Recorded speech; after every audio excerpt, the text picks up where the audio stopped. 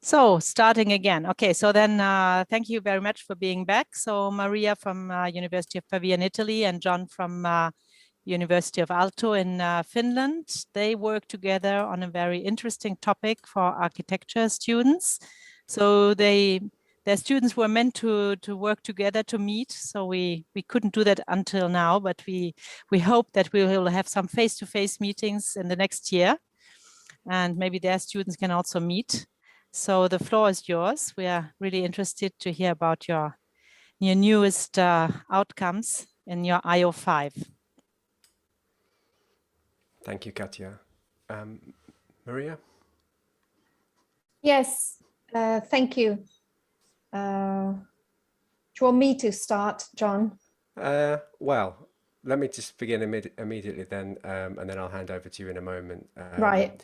So today's session is a crash course in interview podcast production, which is the kind of main idea of our intellectual output, architectural voices. The point is to get students to produce authentic language materials.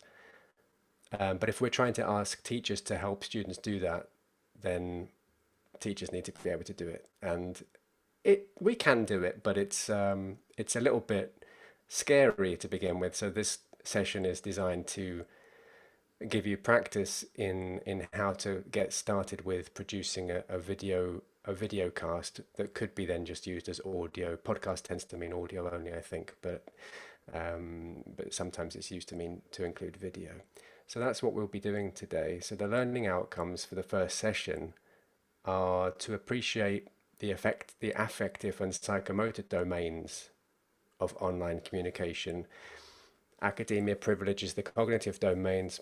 Everything we talk about is to do with analyzing and evaluating and so on, and the kind of values and feelings that we might expect to instill in students as they join a professional culture tend not to be explored as much, and the physicality of it hardly at all, unless you're doing something like dance or drama. You're probably not even going to talk about the embodied practices that you develop as part of your discipline-specific communicative repertoire. So I want to focus on that more as the idea there. So because podcasting involves all those different domains heavily, and we should be talking about it explicitly, I think. And then we will work on developing authentic interactive strategies to facilitate online collaboration. So we're not just learning how to make videocast or podcasts, but we're actually just learning how to have online meetings, which is obviously very important during COVID, but it's here to stay. The future has been brought forward by COVID. We're not going to go to a time where online meetings lose relevance for professional practice. So these podcasts are a good way of practicing skills that we should be using anyway, and that our students might not recognize because they're in the affective and psychomotor domains, perhaps. And you're going to get a chance to practice conducting an interview and recording it. And it can be a bad interview. It doesn't have to be a good one. The point is just to do something and record it and have that as a starting point, and then to discuss what it was like, what the experience was like, identify how to improve, and to make the first step, if you haven't already, towards being able to teach this kind of stuff in a way that's valuable for students. And so producing an audio or video recording of an interview is the kind of outcome for this first session. And then in the second session, which is on Friday, we would like to ideally get your recordings and watch a few examples. So you'll have to tell us if you're happy for us to do that. At least please submit what you record today. It doesn't have to be made public as part of the permanent open record of this conference. It can just be for this group to see. But if you want, if you're happy for that to become something that we talk about in the second session, it could be really useful. And frankly, you know, it's a good example. You know, if you make an interview with lots of false starts, or an anecdote that goes badly, or a question that takes 30 seconds of thinking time before you get to the answer, that's useful. That's part of what it's like doing this stuff. And so feeling comfortable with that and getting used to it and understanding the mechanics of producing an interview is a valuable learning resource. And in the second session, we will reflect on interview and media production techniques and identify media production activities for students as well. So, Maria, do you want to say a bit more about architectural voices? Yes, thanks. Yes, our ultimate aim is to have students actually put together their podcasts, or usually audiocasts, because these are students of architectural engineering, in which they describe their projects, usually design or construction projects. So they present their projects using multimodal communication. That's why the podcast becomes the audiocast becomes a videocast, really, because these students are always dealing with the visual language besides the verbal language. And we're dealing with they're dealing with drawings besides the speech that accompanies the descriptions of the projects. So in the description, in the badge description, we had been able to talk about a completed building or a design project or the built environment in very general terms. So this has happened through Zoom since the project started, basically, because after the first meeting in Albi, we kept meeting online. So even what we did last year with John happened online all the time. So we thought that we would try and put together these ultimate objective of developing a videocast, and the fact that everything is happening online and through these video conferencing tools. So that answers the question, how does this two-part workshop link to IO5 architectural voices, hopefully? And like I said, these workshops are geared towards online work, but we think that much of what we will be doing today also generalizes to other contexts. Eventually, when we will go back in presence, if people have developed familiarity with the online tool, they should be able to also transfer that kind of familiarity to an in-presence context. Today's activities are more interactive than just the frontal presentation of design projects. So it's more the interviews and these kind of interactive skills that we want to practice with.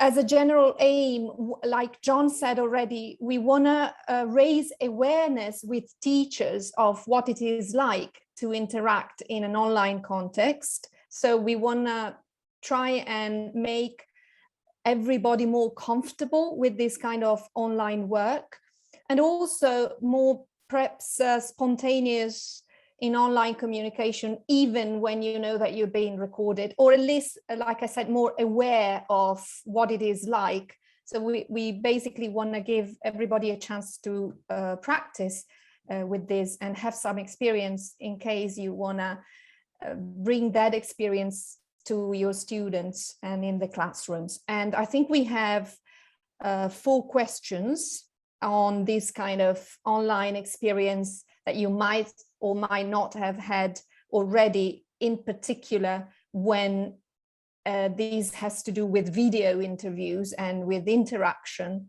online. So John here, you has prepared the Menti questions. So there's a new code. John, you're going to give instructions. Yeah. So hopefully you can see the code on the screen, 32884860. So go to menti.com on another window on your device or on a separate device, and then just answer this, quickly. It's a very rough and ready kind of way of sampling and getting an opinion. are teachers comfortable with recording live video material, interviews in particular, and are students comfortable with it? And are teachers experienced with it, and are students experienced with it? So let's begin with that. There's time in a moment for a bit more of an open-ended qualitative survey, but we'll start with just getting some ideas about. You see the code, of course, 32884860. We've had 3 respondents already, so we're cooking on gas.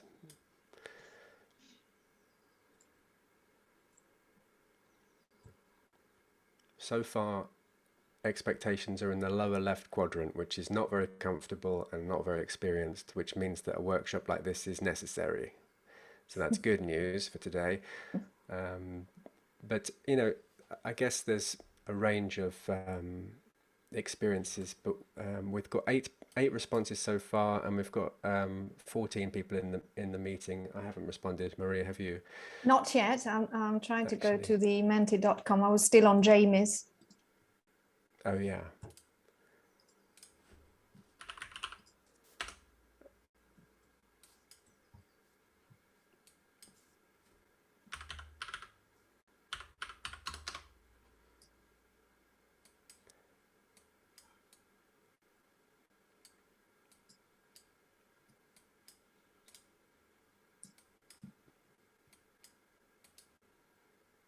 Okay, so maybe we may just 1 more minute to give. Yeah, I guess we can start judging that already, or we can move on to the next question. That's another option. So there are a few questions in there. How do we proceed to the next question? Is my answer, my question now. 12 people responded. Is that right? Yeah. Yep. So. Okay, once you've answered that, if you can already see the next question, describe your attitude to recording live video interviews. So if you're not experienced and not very comfortable, can you put it into words? You know, how does it feel? What do you think about the idea in terms of the emotional response and the kind of usefulness of it as well, I guess. So, and anything else. So using the same code, you should be able to proceed to the next question using 1 to 3 words. Time consuming. Should be better. Technical issues. There's a nice euphemism we can all identify with, I think. Unskilled, uncomfortable. Inexperienced. Interesting. Innovative. Yes. Like it. Positive. So this is encouraging again. So this is generally moving in the direction that it's a good thing, but there's a lack of skill and a lack of confidence. Can I ask what should be better means, or the person who said should be better? I just feel that you know, I teach in front of classes and don't have any problem there. But as soon as recording is involved, then I lose all sense of fluency. I lose so any kind of comfort that I feel being in a classroom is lost once I'm recorded. So I feel like it's something that I should be better at and that I should enjoy as much as I do speaking freely in a classroom, either as a student or as a teacher, but I really don't like being recorded. Thanks, do you feel Jamie. like that? Thank you for that, Jamie. Do you think that feeling has changed during COVID maybe as a result of seeing yourself in Zoom meetings while? No, I don't see I put it away. I put that away, and I don't let my students record my classes. Yeah. I don't know if anyone is in an institution that has recording of classes as the default. Yeah. Okay, good. Well, I like it also that, or maybe I don't like it, but the technical issues seem to be a major problem still, and still something that people are bothered by. which is probably very true. Okay, great. Let's move on to the next question, which you should be able to access. Describe your experience of recording video interviews for engineering or architectural purposes. And you may not have had any experience for those particular purposes, so in which case you can just describe any general experiences. A classic one is applying for a job where the kind of early screening phase is recording yourself saying something for 1 minute. I know that I've done that and ended up spending more than 1 minute, let's just say that, you know, doing multiple takes to get it so that I'm happy with it. And you can write something slightly longer for this.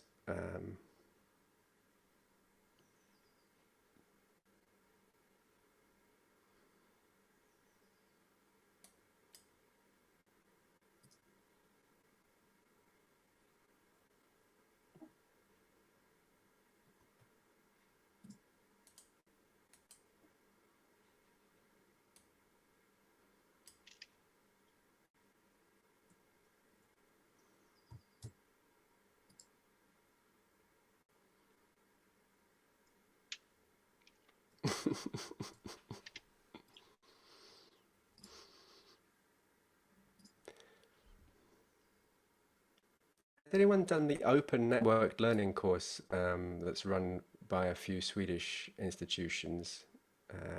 It's really good and worthwhile. And one of the things that is part of the content there is to think about the public-private distinction and openness of resources. So sharing things openly. And I think both of those aspects, like, you know, everyone's seeing into everyone's houses right now, or their personal spaces, you know, that has a cognitive load, and we have to think about it. It makes us uncomfortable a bit as well. And if we're being recorded, there can be a fear of, well, where's it going to end up? Is it going to end up being posted somewhere that I don't like? Is it going to be something humiliating, or is it going to be used in a way I can't control? Am I going to lose ownership of it? So there's a few different issues that come into play when you start recording things. And so I think being quite clear about where it's going to end up and saying, you know, this is just for this group and it's not going to be posted anywhere is important for that. But it's also a kind of, you know, something that we have to rethink. What am I comfortable with sharing? What am I comfortable with being open about or giving away? You know, and that includes work that I've done that I then give away, intellectual property, and it includes details about myself that are not normally open and accessible to others. Maria, do you want to? Yeah, well, there seems to be a positive strand that contains rewarding, that appears in more than one comment, fun, useful, valuable, didactically. So there seems to be more positive aspects to the interviewing than negative aspects. I'm interested in, I mean, also this idea of being rewarding and having some kind of surprise with the result. So unexpectedly rewarding. And I was interested in perhaps the person who had this experience with shadow teaching or witnessing an interview that was being recorded. I don't know if the person who wrote that wants to add anything on that. I never participated, I only witnessed an interview being recorded.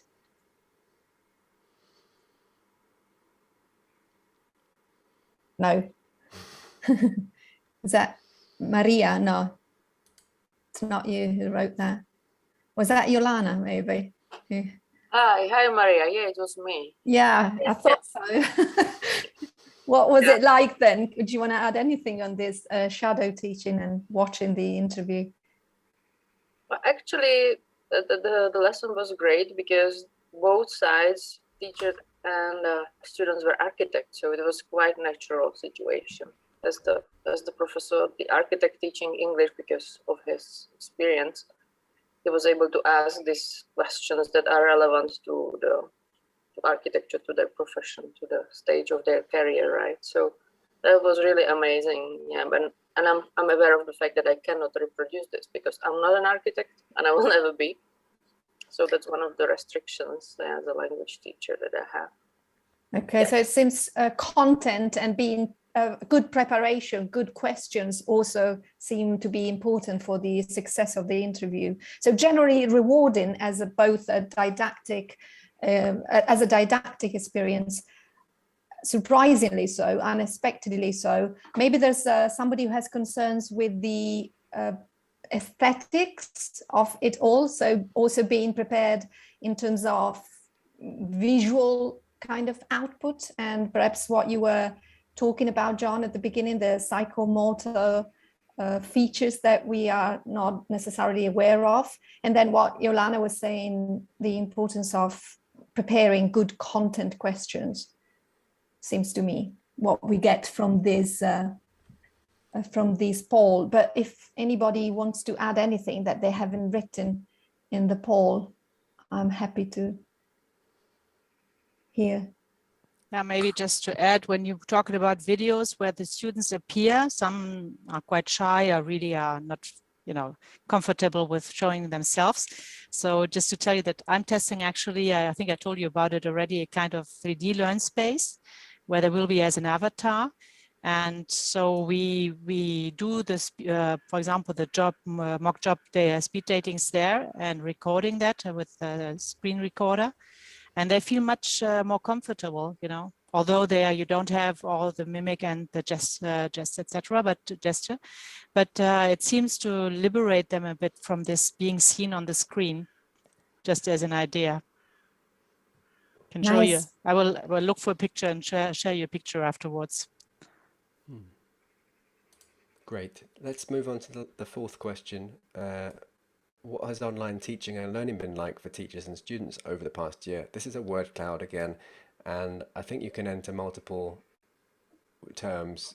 So just how has your experience of online work been, and what's it been like for students? Very impressionistically, not talking about interviews in particular, but just the use of online and video conferencing, I guess, more particularly.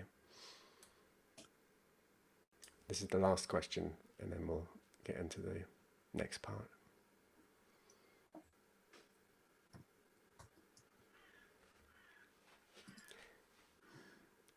Responding to what Yolanda said about the kind of specificity and how difficult it is to produce an interview on a specialized subject, is that just related to how you need to be reactive and spontaneous in an interview? Or is it the same issue that might come up in a more planned, more traditional, specific language teaching context?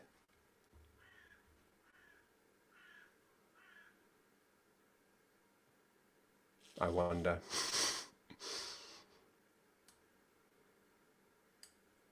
Maybe we're asking too many things at once, John.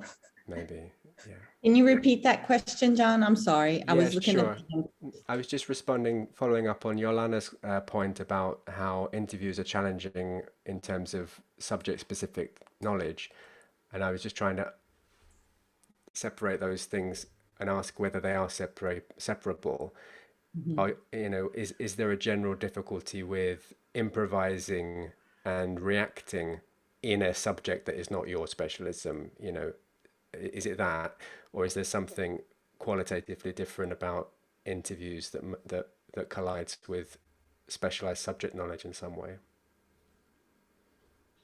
I'm not sure how I would respond to that, but my question is somewhere in the middle of that. When you're filming students, some people say that students aren't done, but when I was doing it with oral presentations, not with job interviews, the idea is introducing them to, and this was back in the late 90s, early 2000s, when very few people were actually filming in classes. But if you give them the chance to practice with it, and then they each identified like one or two things that they wanted to change before the next filming. So that gave them kind of some practice with it, because none of us were really, before selfies and, TikTok and all of that. So I think this is something else that we need to think about. What's the objective of doing these online or these filming experiences? Is it to have the language material? Is it to see themselves on the video? Is it to use that for something else? And that's not, for me, it's not been very clear. I guess that's why I was trying to kind of catch up here. Yeah, I mean, I think my opinion on that, and this is just my opinion, is that these affective and psychomotor domains of learning are relevant there, and that we should recognize the the fatiguing part of this, Zoom fatigue is us adapting and learning in a domain that we don't normally recognize as learning. So making that explicit, and viewing it as part of the transferable skills that we are teaching, I think is valuable. And it kind of lets people off the hook. It gives you permission to be tired. It gives you permission to do less, because you can't do all the same stuff while doing that at the same time. It's an overload, and that's why we feel so very tired. Challenging is the most popular term in the word cloud. Yeah. Although we do have that kind of positive meaning associated with novelty. It's new, it's surprising, it's new avenues. So there is also, again, there's the challenge, but there's also the novelty, the excitement that is associated with something that is new.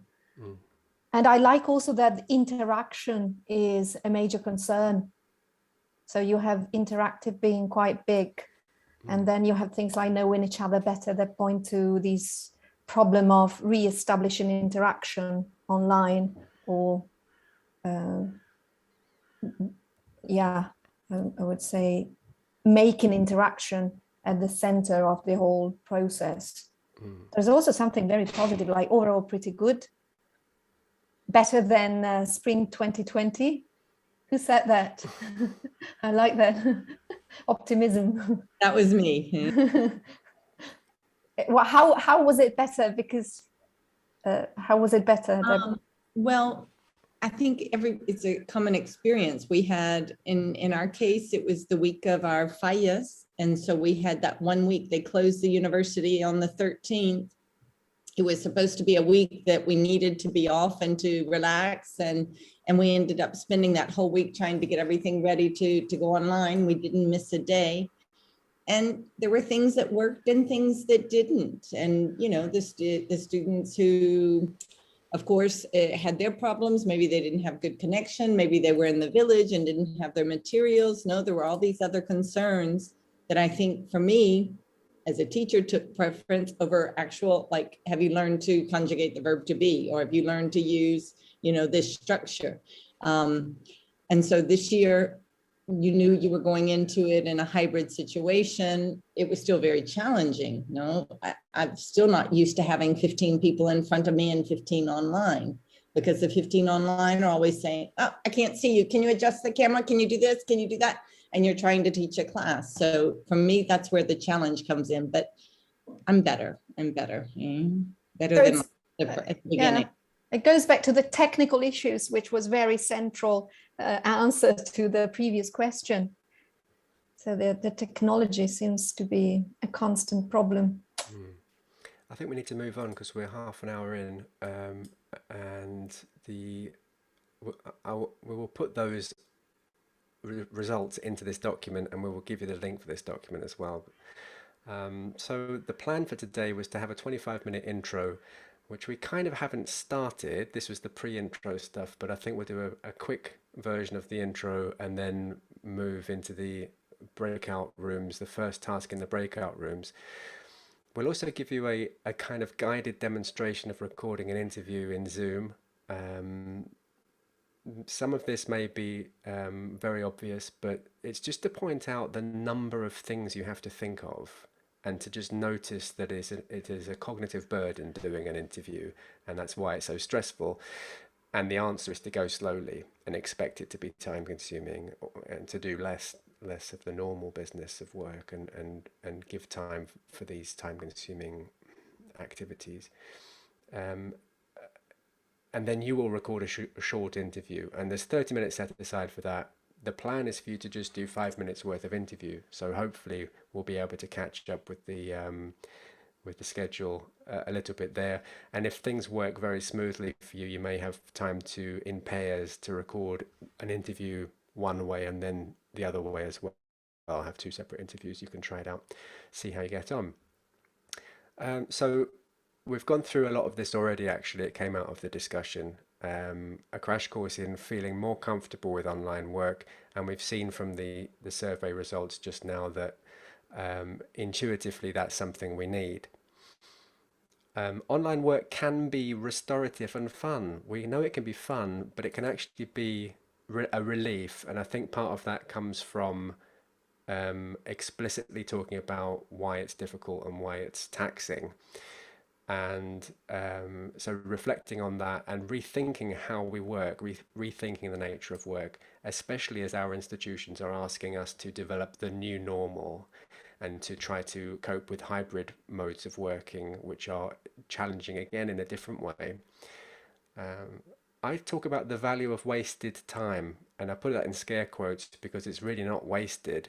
It's just that it, on the surface, doesn't look like it is connected to cognitive learning outcomes, and it's more connected to affective and psychomotor things. It's feeling comfortable, knowing how to position yourself with respect to the camera and your workstation setup and the position of the microphone and various technical aspects. That all takes time.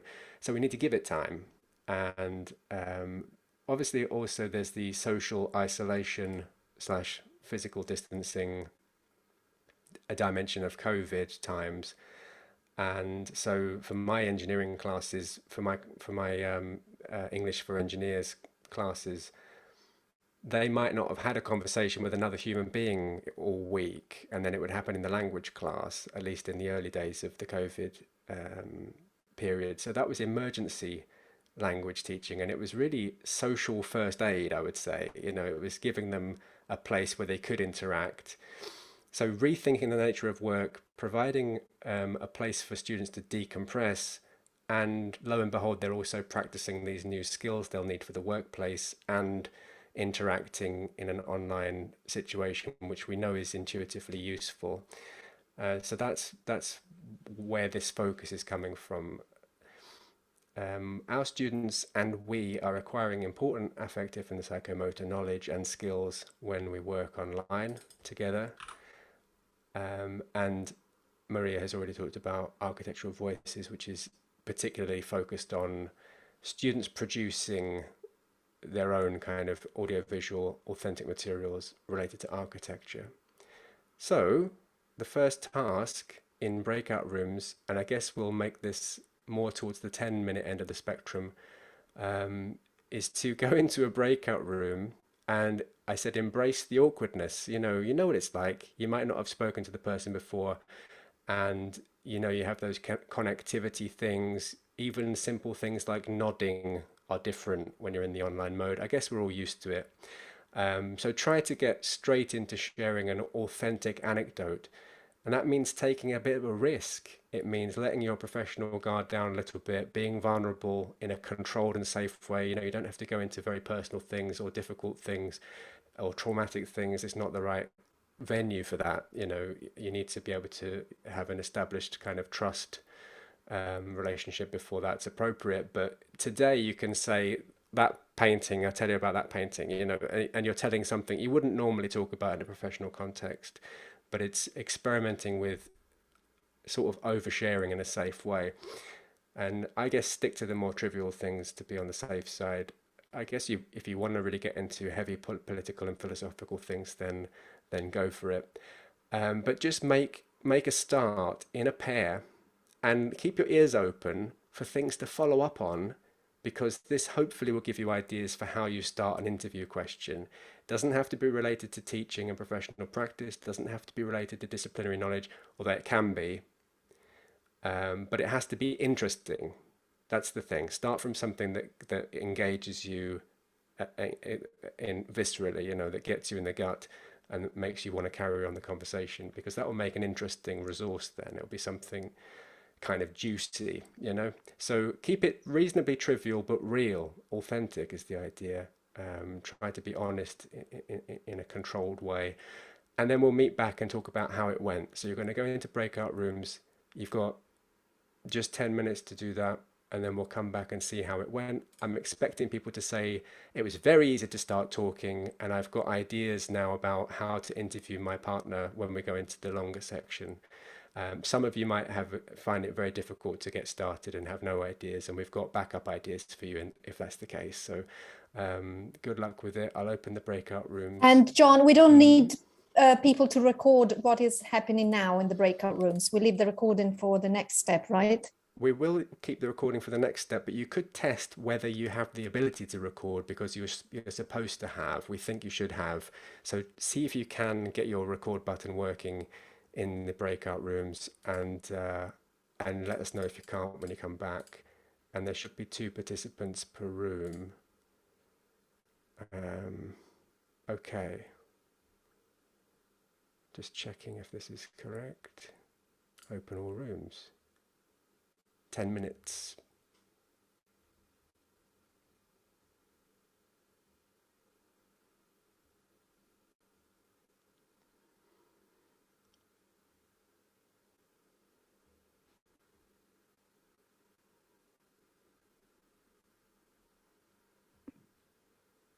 Me as a host, I'm not in one of the rooms. That's it.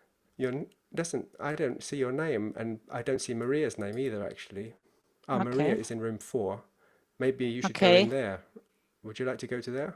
I can go I everywhere. can't see I can you go on the everywhere. I list. think, yeah, it's because I'm the host. I think that's why. So, but there are 2 in every room. Yeah. So maybe Maria I think, so might change with her. Yeah, okay. I go there. Yeah. Okay. If you go to room. Hello. We're driving. Hello. Oh, great. Sorry. I You just. are recording, Katya. Is it you who's recording? Yes. Okay. It's done. Great. Thank you. So, yeah, how did it go? Just before you answer that, the idea that some of you might not have just even had a conversation like that for some time is striking, I think, really striking, especially in a professional setting. I personally really don't like team coffee meetings. I find them like, I've got enough to do, I'm busy enough without having a coffee time. I really don't want to have that time, and then you join the meeting and there's 20 people in there, some with cameras off, and it's kind of a bit awkward.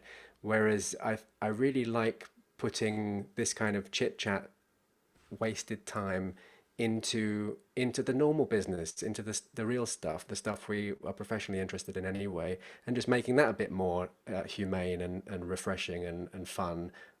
Shouldn't we be doing that, as a way of, just making our work more fun generally, I guess. But maybe a couple of thoughts from the group about how easy that was. Any problems with trying out the recording function? Was it easy to get ideas for your upcoming interviews?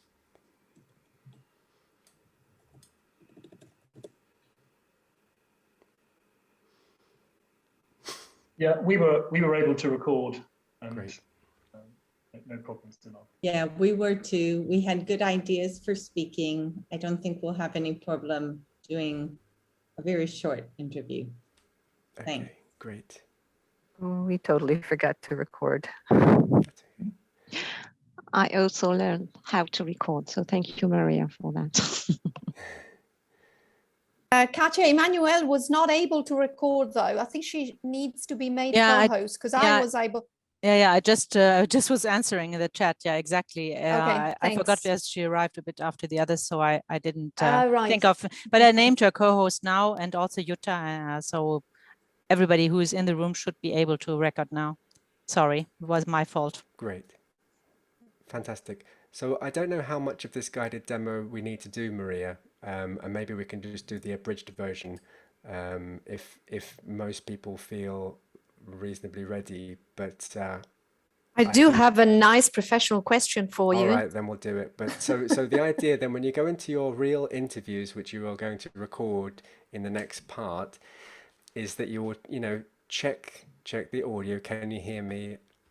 By the way, I've got this fancy mic. It's not that good though, actually. I bought it before I knew anything about anything. But the point of having one that is separated from what I'm hearing makes it much easier to do things like that if you want to vary what you're doing slightly. And it prevents you having to shout at the screen. And you know, if you're just presenting to a screen that with a built-in mic, and also if you're dealing with a headset, it can be tempting to just raise your pitch into something that is bad for your voice. I don't know if anyone's experienced loss of voice during this online work, but having a separate mic helps with that. Check the camera, check where it is. I've been looking at this the whole time. I've moved everyone's pictures down here, which means that to make eye contact, what feels like eye contact, I'm looking down here. So I have to remember to do that every so often, but not too much because it's weird, you know. So where is your camera, and how are you going to interact with the camera during the interviewing? That's something to keep a few brain cells engaged in. What kind of questions are you going to ask? Try to ask something that doesn't result in a yes/no answer, or if you get a yes/no answer, be immediately prepared to say why, or you know, what do you mean, to get the other person talking. Remember to start the recording. Easy to not do, especially when you've got many other things to think of. If you were really interviewing somebody, it's very good practice to double check that it's okay to start recording. They may get the message saying you are now being recorded, or whatever comes up when you click the button, but they may not. And they may have forgotten that it was going to be recorded.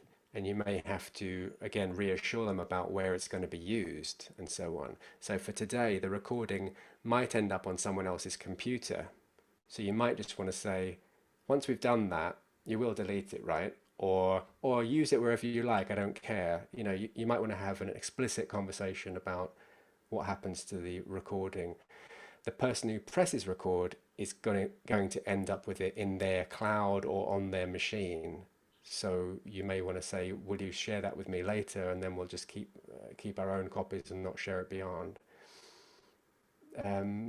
Think about the icebreaker. You've already broken the ice, I guess, so this is kind of artificial at this point. But if you were starting a real interview, when you first establish that the devices are all working and you can be heard, you know, it's a professional courtesy to have something off topic to start with as a kind of politeness form, and it's useful to have something that you might want to wheel out in general. And some people talk about their pet, some people talk about an object in the room, but I guess you've already done the icebreakers, but you could try recording maybe another icebreaker, something, a variation. Now you've got a little bit more familiar, you could experiment with something else.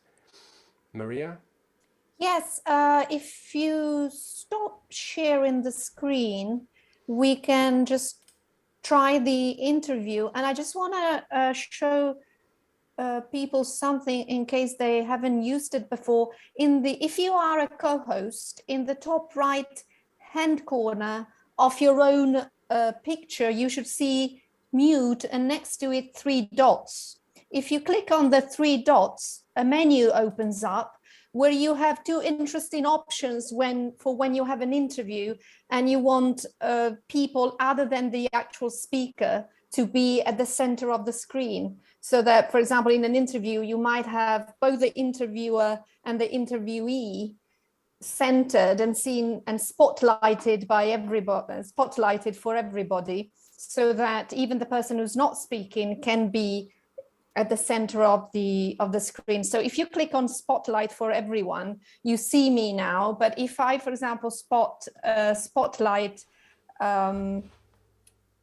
John, you should, and people are spotlighting themselves now, Jamie and Beatrice, which is really nice. So you can see the 4 of us. And even if I'm the one speaking, then perhaps you become the speaker only later. And this is actually a stupid thing, which is quite useful if you're interviewing on Zoom, or I guess Teams and other video conferencing tools allow for that as well, the spotlight function. So that's within your own picture, isn't it? It is, yes. And you only see it if you are a host or a co-host. So it's the top right dots, top right hand corner, that you see 3 dots that activates the menu, and you have pin and spotlight, and the spotlight is the one you want. And actually I realized that this was what that you see the pin appearing at the in your screen once you are spotlighted. Yes, great. This a useful technical feature that they introduced. I was doing I was attending a crash course on sign language, and we had an interpreter and the sign language speaker, and I couldn't figure out how the sign language speaker was always visible, even though she was not speaking verbally. And this is what I learned, that we're using the spotlight function, which for interviews is quite useful. So I don't know, John, you wanna, this is how I would start my interview to you. Okay. So perhaps I will remove the spotlight from Teresa as well. So I'm resizing my screen because I'm looking over in a weird place now. So I'm moving everything smaller and up near to my camera, so it's more like I'm looking at you. Okay. Okay, good. But so now everybody's seeing the two of us, I think. And I'm so excited to have you here, John, and talk about it's really great. It's a great opportunity to talk about your experience this year. And in particular, what I'm interested in is gains and losses. And so I would want to hear what you think you gained from this past year's experience, very peculiar experience, and perhaps what went lost for you professionally, I would think, but even, you know, with wider repercussions on your daily life. Since this is a public conversation, I'll answer that in a kind of very controlled way, but that's a great question, and there's so many possibilities for answering within it. I think that I feel like my emotional world has exploded in the past year or so, and it could be a midlife crisis. I really don't know what the real reason is, what's going on, but I think it's having to be in this sort of restricted digital space has forced me to be more expressive, and even things like thinking about how to use the voice. I'm no voice actor, but I think I'm thinking about it more. I'm thinking about the changes in pitch, and I'm talking to students about prosody and how whether they're monotonous or whether they change intensity as well. So I think that things have become more theatrical and more reflectively performative. I see myself on the camera. I think about how I interact with the camera more. Professionally, it's been very valuable in that sense. In terms of losses, it's hard, isn't it? I'm very skeptical when CEOs say everyone must be back to work in September, back to normal, because you can't form a team online, or you can't onboard new staff online. Yes, you can. There are virtual companies. It's possible to do that. What have we lost? I think it's very difficult to call your family and like this. It's and just to have that. So you can't reproduce everything about in-person physical interactions. Professional ones, though, I think you can go a very, very long way, and I'm enthusiastic and optimistic about the potential of it. I don't think this has been an overall professionally bad experience. Personally, in many ways, yes, but in terms of professional life, I think it's just brought things forward that were happening anyway. So in what you said about becoming more aware of perhaps even teaching as performing and other features that we normally not focus on of our teaching, is that what you would keep in the future? I hope so. Yeah, I think it's already leaching into into the physical world. When I talk to my children, and when I go about my personal life, I think I'm more expressive and more varied in the way that I interact. So I'm less quiet and reserved and shy, you know, and more open and ready to talk about feelings in a different way as well. That's become relevant and valuable. That's why I'm characterizing it as a midlife crisis. It's kind of, it feels much more than just the pedagogical development. You know, it feels very kind of thoroughgoing. Do you think this was also something that you managed to transfer to your students, this very same experience? I think in not necessarily to the same degree, but I had two pieces of kind of amazing feedback. What, you know, just single words. One student said that a class was nourishing, and another one said humane.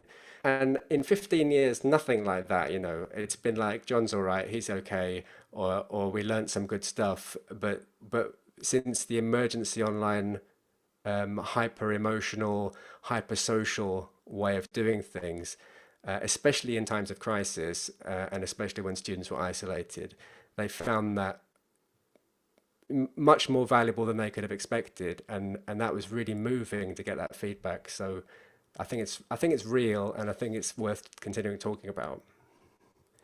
Thanks, John. I'm getting we want upset that to talking stay. about it. No, we want that to stay. So I think I'll stop here. Thanks for sharing all this experience with us today. And I think that's it for a demo. What do you say, John? Yeah, sorry, I went on a bit there. So, but I noticed, Maria, you did a great job of asking follow-up questions and responding to what I said. And that is tough when you're interviewing someone. You're thinking about where the camera is, what the voice is like, have I recorded it, what's happening. So to actually listen enough to follow up on a question and kind of manage things in the general direction that you want to go in is hard. So thanks for doing that. And forming, you know, trying to shift the topic to other places as well, forming connections between the answers that the person gave and forming connections to other areas that you're really interested in, what you really want to know about, that you you know, you want their expertise on. And then so then you thanked me, and I guess we would stop the recording if this is a real one. So that's some things to think about. There's a lot in there, and I guess I spoke a lot there, Maria, and you just kind of wound me up and set me off, and then I went. But you might need to do a little bit more to encourage people to open up in some situations, I guess. Yeah, I think you didn't speak too much. I don't know what people think, but I was genuinely interested in your response. So Fantastic. I guess actually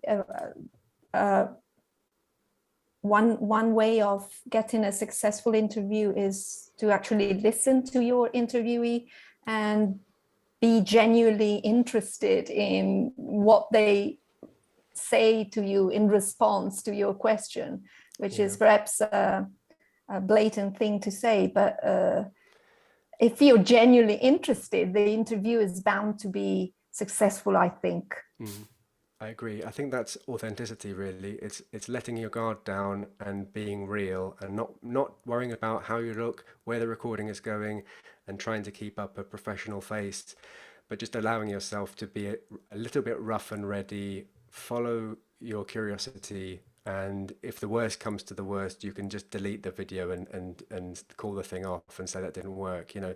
But this is a time where you can really practice things and explore what's possible. Maybe if it was a more high stakes interviewee, you would want to be a bit more restrained, but yeah. Okay, great. So your turn. It's supposed to be 25 minutes for this, and then there was supposed to be 15 minutes of wrap up. I think we're going to have to do the 5-minute interview in less than 25 minutes, which should be okay, right? We can probably do that in a bit less time. I'll say 20 just to be on the safe side. That will take us to 27 minutes past. 3 minutes for wrap up, that's a bit short. Okay, this is going to become 15. And then that means that the wrap up can be just 10 minutes. And all we want to do at the end, really, I think, sorry, we can have 5 minutes for this. I'll tell you now that there will be a Google folder for you to put your videos into once your computer has finished processing them. So you can just drag and drop them from whatever folder they appear in on your device into this folder. and that is only available to the people in this group, and it won't be shared anywhere else. When you do that, please also make a note in this table below of your names in your group. You might want to give us the file name so we know which one's which, just in case. If it goes into the cloud or something exotic like that, then you can give us the link here instead of dragging and dropping. Okay, so either you drag and drop into the Google folder, or you give us the link here to your cloud stored video, and give us notes. And that might be, don't make this public, or it might be, you can share this, or it might be, it's fine to use a clip of this in the next session. Really, we want to get 3 or 4 clips in the feedback session that we can show and that we can discuss. And it's not going to be, look how terrible they did. It's going to be constructive, hopefully useful, reflective evaluation from peers that have gone through the same steep learning curve, I guess, and taking those public risks. So there's no reason to expect that to be a traumatizing experience, but by all means, if you want to keep it private, then just say so somewhere on the document. I've also put my email address here in case you are worried about what's happening to your file or if you have technical problems. Okay, so you're going to go into those same pairs, and the idea is to record 5 minutes of interview. If it goes very smoothly and quickly, then you can try doing another 5 the other way, but you've only really got about 15 minutes to do the recording. Okay, so hello, Alex. Nice to meet you. So I'm Nice to see you really, again, Katja. yeah, I'm really thrilled to have you here to interview today.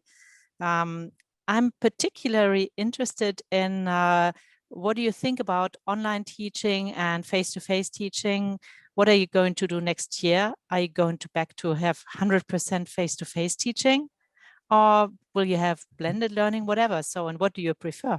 A lot of questions for you today. Thank you. So we actually have this discussion going on at our institute at the moment. I mean, first of all, we don't really know what happens, whether there's new mutations, and even if we are vaccinated, it might not be possible to go to in person.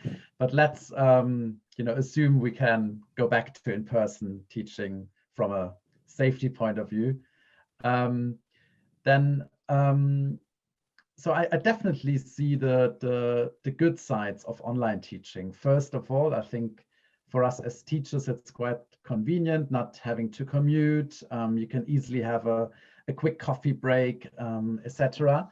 So from that point of view, I personally didn't mind it too much. And of course, it took some time to get used to it, to different platforms. We were using Zoom and Teams, and then to decide for your favorite.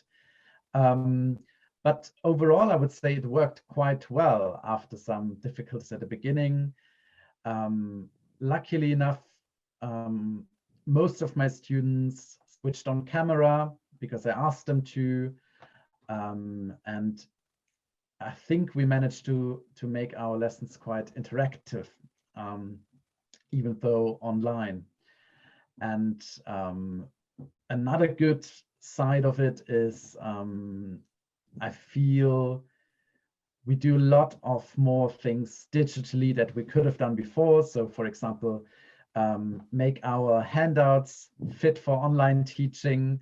I don't have to print because, I tend to give my students very, very extensive handouts.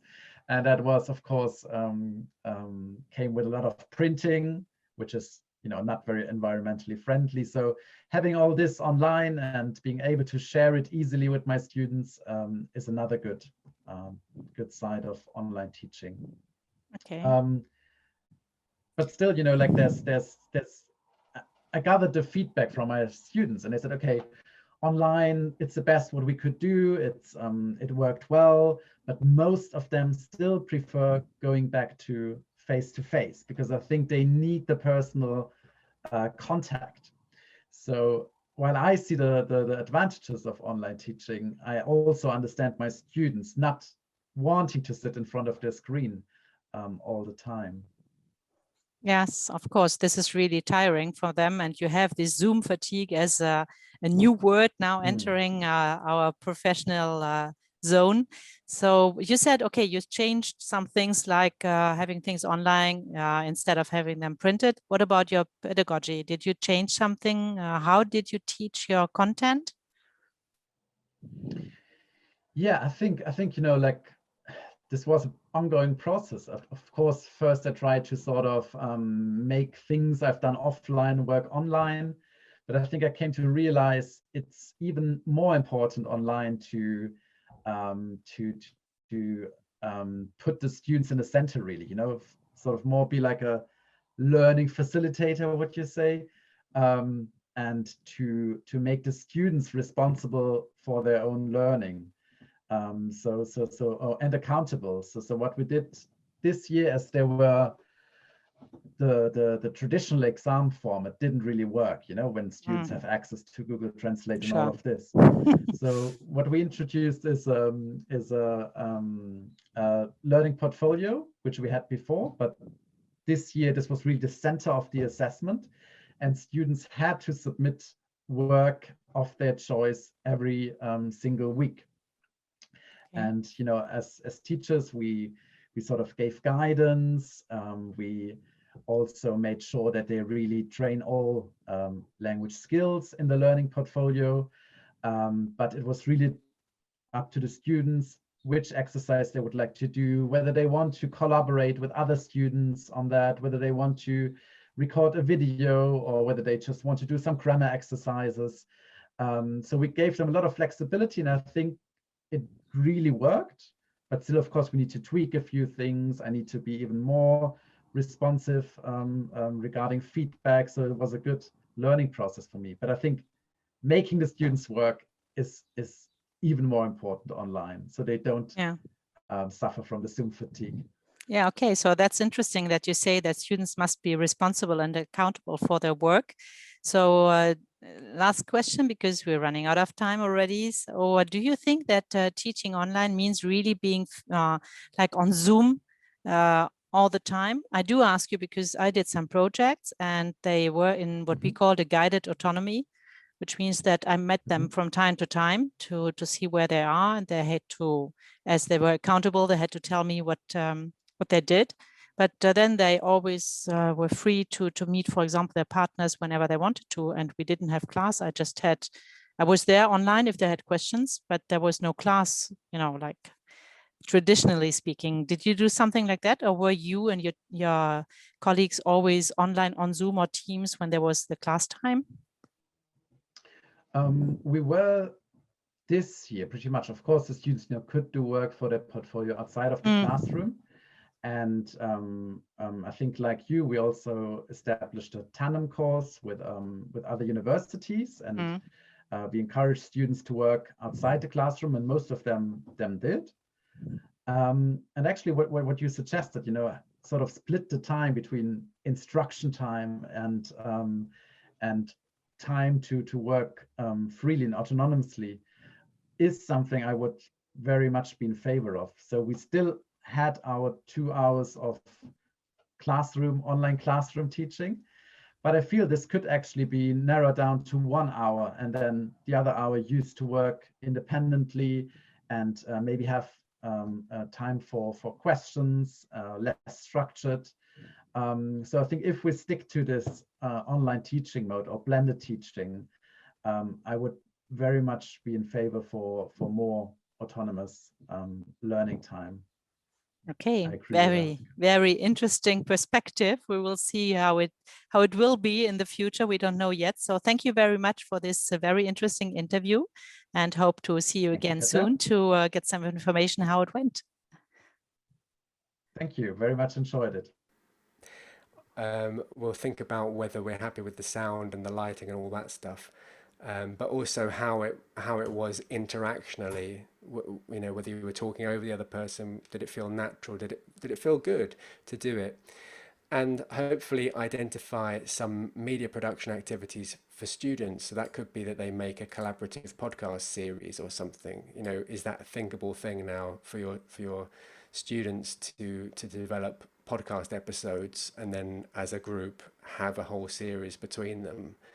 because that would sound incredibly ambitious to the outsider, but it could be maybe possible.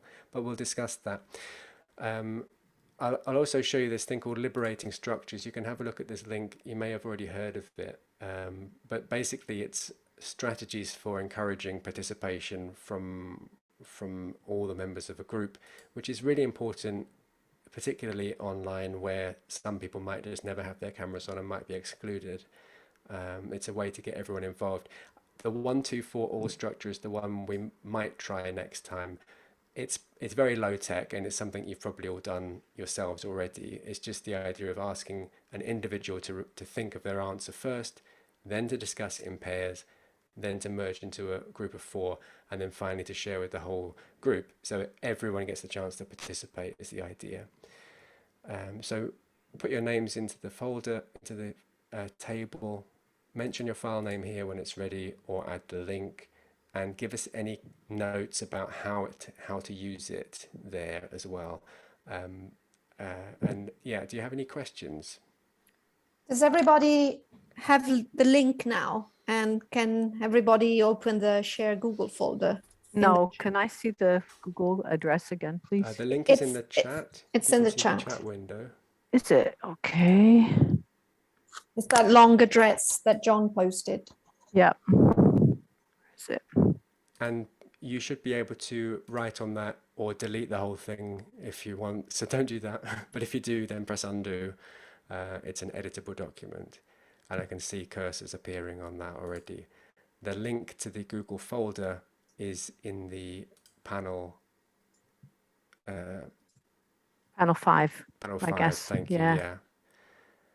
Okay. All right, and any questions, any technical issues, and then maybe wait till you've searched on your computer before declaring that you can't find it, because it might end up in a funny place because of your Zoom settings. But if you can't find it, or if you're having technical issues, then send me an email and I'll do my best to see if I can help. Anyway, it needs You to be usually converted. you can always You know, it needs to right. be It converted. needs to be converted. And it's Yeah. then it says when you stop the meeting, then it says, or the then it says it will be converted, and then in this and this folder. So if you copy this path, you shall find it again. If it's on your computers, if it's on the cloud, I guess it will be on my computer as I'm the host. Okay. So what I might do today, sorry, just when you have finished, maybe I just stop the session, so all the recordings will get converted, and then I open Zoom again, even though we go for a very small lunch break, you know, but I will stop it after your presentation. Sorry. Thank you, Katja. Thank you. Wonderful idea. I think that was the end of the presentation. Thanks very much, everybody. Thanks for being such good sports and trying things out. That's what we're here for, isn't it? I think it's nice. Thank you. Thank you. Thank you. Thank you. Thank you very much. Very interesting. Thank you. Okay, see you again at 1 o'clock. So we will go further in our program if you're available, of course, if you're interested, I guess. So we have a presentation of intellectual outcome 4, which is global competence and entrepreneurship, where Kaunas has the lead. So I think we'll have an interesting workshop or presentation then at 1 o'clock. It's a very small break, I know that. So maybe get something to eat and then be back, and we won't be regarding if you're still eating or drinking, whatever. But yeah, I think it's worth really getting back at 1 o'clock. Thank you very much, Maria and John, for this workshop. Thank you. Thanks, everybody. Thank you, John. Bye-bye. Bye. Bye.